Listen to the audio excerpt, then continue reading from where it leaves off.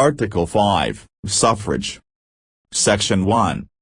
Suffrage may be exercised by all citizens of the Philippines not otherwise disqualified by law, who are at least 18 years of age, and who shall have resided in the Philippines for at least 1 year and in the place wherein they propose to vote for at least 6 months immediately preceding the election.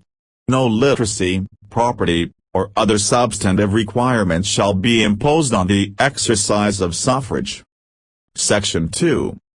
The Congress shall provide a system for securing the secrecy and sanctity of the ballot as well as a system for absentee voting by qualified Filipinos abroad. The Congress shall also design a procedure for the disabled and the illiterate to vote without the assistance of other persons. Until then, they shall be allowed to vote under existing laws and such rules as the Commission on Elections may promulgate to protect the secrecy of the ballot.